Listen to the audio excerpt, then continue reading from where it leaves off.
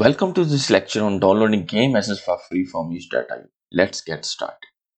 Open your web browser and search for each data website. The link and game assets are also available in resource section of this lecture.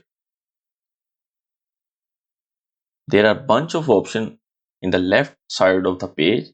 Head over to the game assets, then go to the characters section. In the characters section, scroll down to search for your desired character for your game. You can choose custom character as well, but I recommend you to choose the Fire Warrior.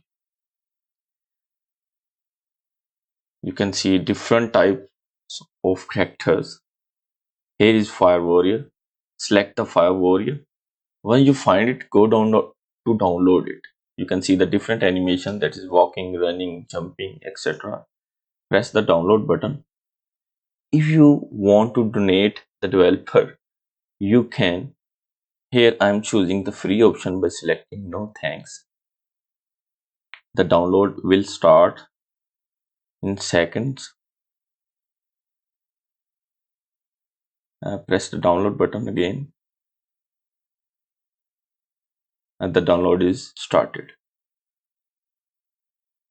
After downloading the character, go back to search bar of each data and search for animated knight character. These tiny little characters you can serve as enemies in our game. You can see that there are 4 little tiny characters. You can see the animations: walking, running, attacking, death animation, etc. Scroll down to download this pack. Press the download button. There are 3 versions: version 1, version 2 and version 3. We will choose version 3 for our game. So select the version 3 and the download will start soon.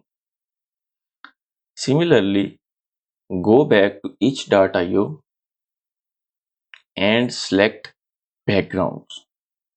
Choose the one you like from the page. I am going to download the free horizontal backgrounds.